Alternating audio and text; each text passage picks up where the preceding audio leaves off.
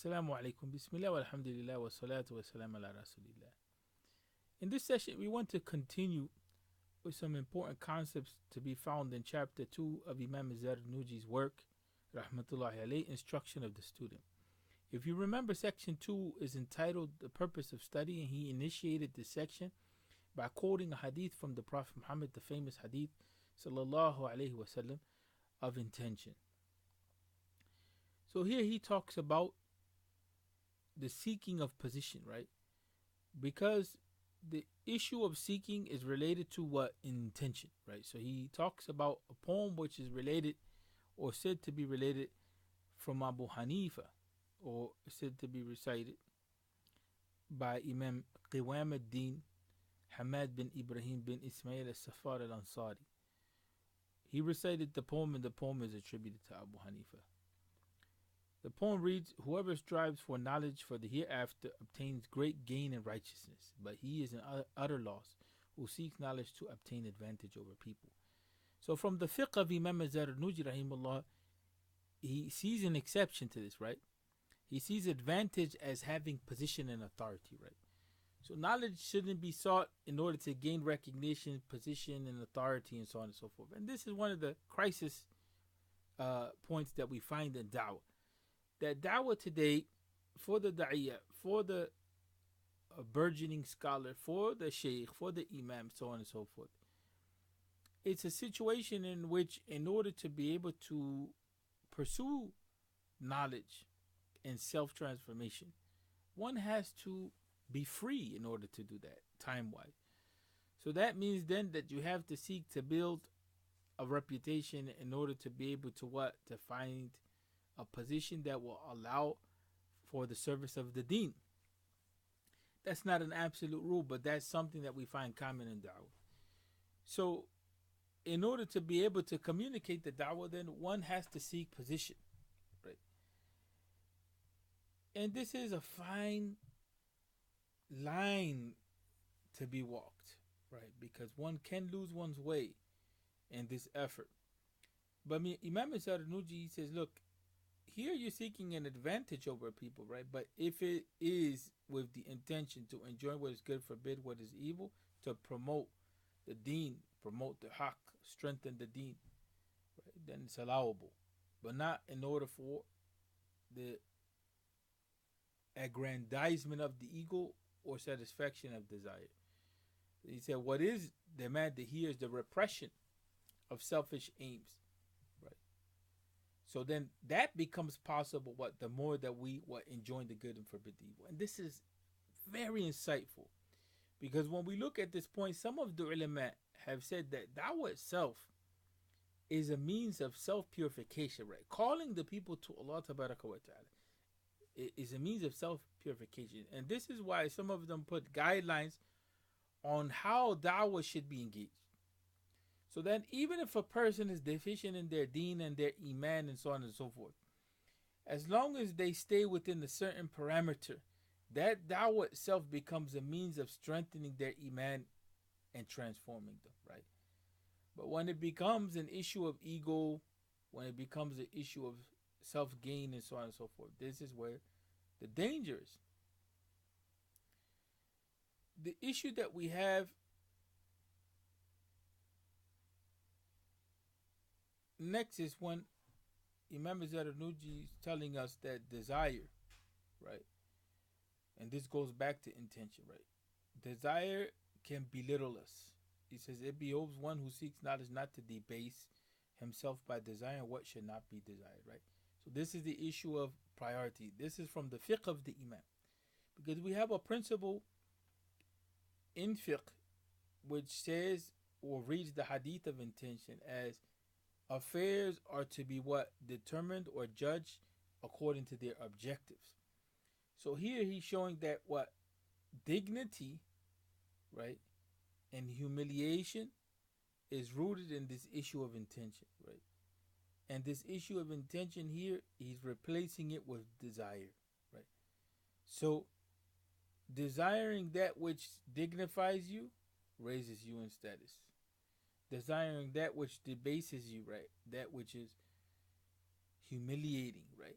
that which is what takes away from your person as a human being, that which is sinful, that which is dark, and what it belittles, it takes away, puts a defect in your character.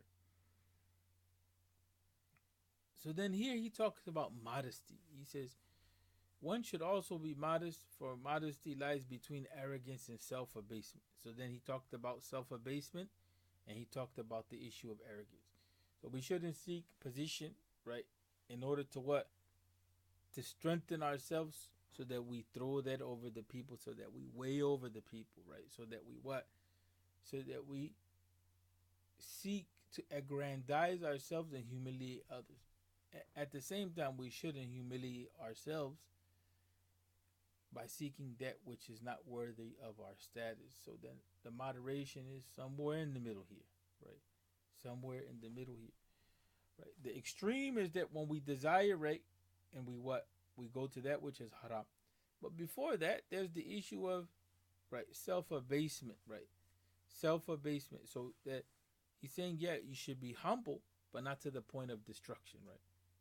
Right? Not to the point of what? Of destroying yourself, right? So you have to know when to step up, to take a position, and you have to know when the choices that you make are what? Self-destructive. You have to know when you're engaging in arrogance. You have to know when your sins are destroying you. You have to know when your false humility is that which is not allowing you to communicate deen and service to deen. So that in itself is a series of lessons.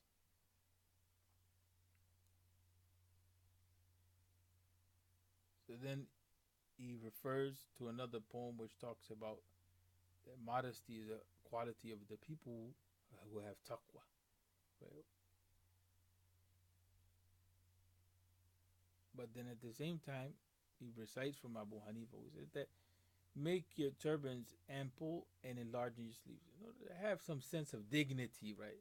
But that sense of dignity is not one of pride. And we know that Imam Malik rahmatullahi alayh, he would like to wear refined garments and said that it was a sign of the ni'mah of Allah, right?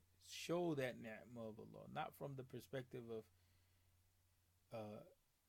showing out or showing off, or from the angle of minor shirk, but also from there has to be a sense of dignity. And we know that one of the maqasid or objectives of the Sharia is the preservation of dignity, right? So in chapter 3, he talks about a point, and we'll mention it in brief and close out. That's the issue of choices and learning. So this is a matter of priority. When undertaking the pursuit of knowledge, it is necessary to choose among the branches of learning those that are the most beneficial to oneself. And that goes back to the point. Seek that knowledge which is necessary, right, in one situation. So then now you have to choose, right, what is necessary. So that what should one should choose, or should select what is essential according to what? To the stage one has reached in your religious development.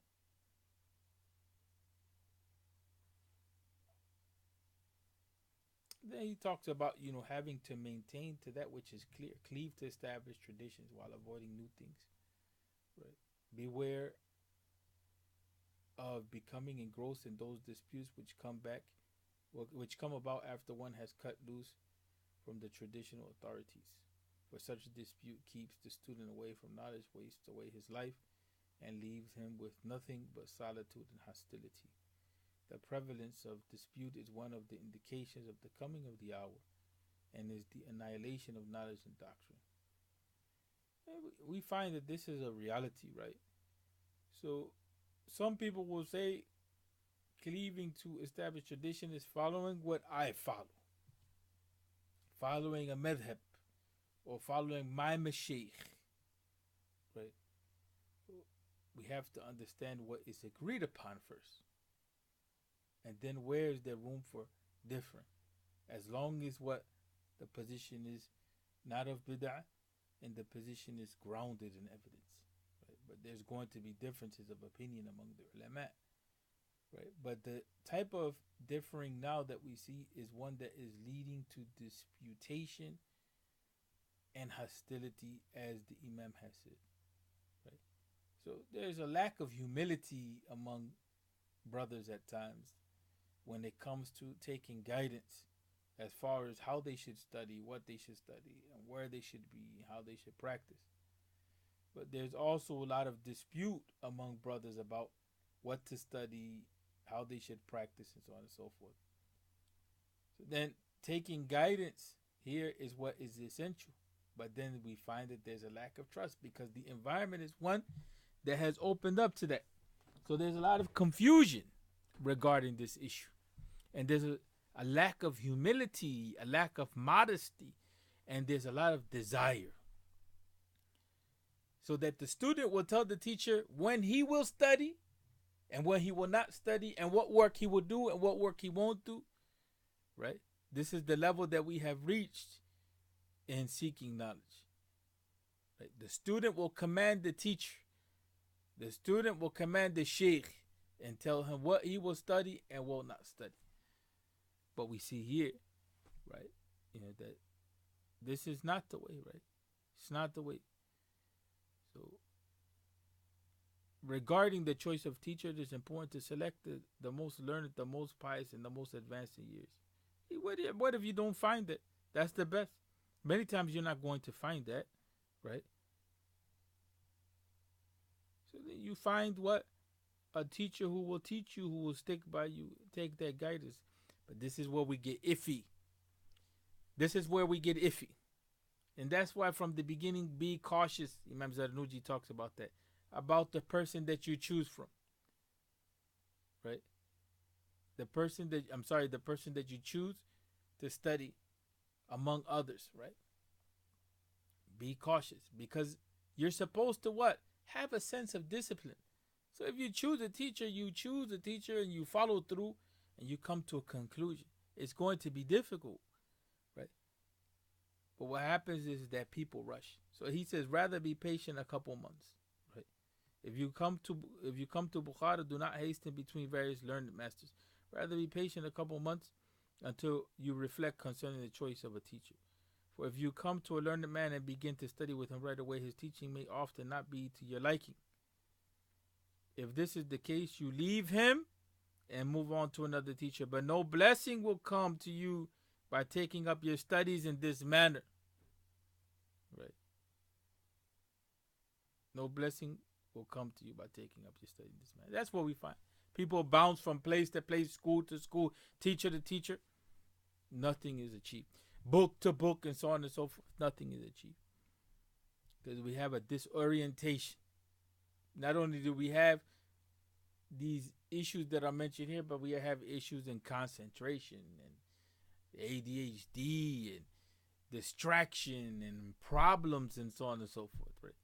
So then at the end, we find ourselves what? Disoriented and without discipline.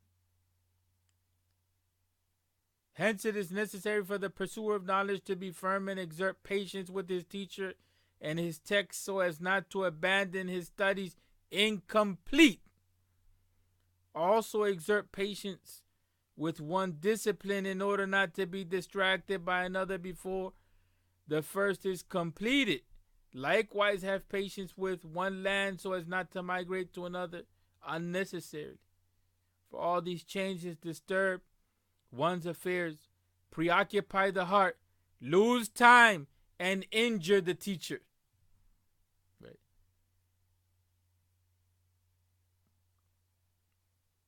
It is also essential to be strong in abstaining from one's soul and desires. Right, from what the soul and the desires bid to. A poet said, "Indeed, desire is baseness in its essence." And the victim of any desire is the victim of baseness. So be patient in calamity and affliction. It is said the treasure of good bounty lies on the arches of calamities. Right. So if we took that as advice, we would be in good shape. May Allah bless us and forgive us and guide us. Forgive us and guide us. Forgive us and guide us.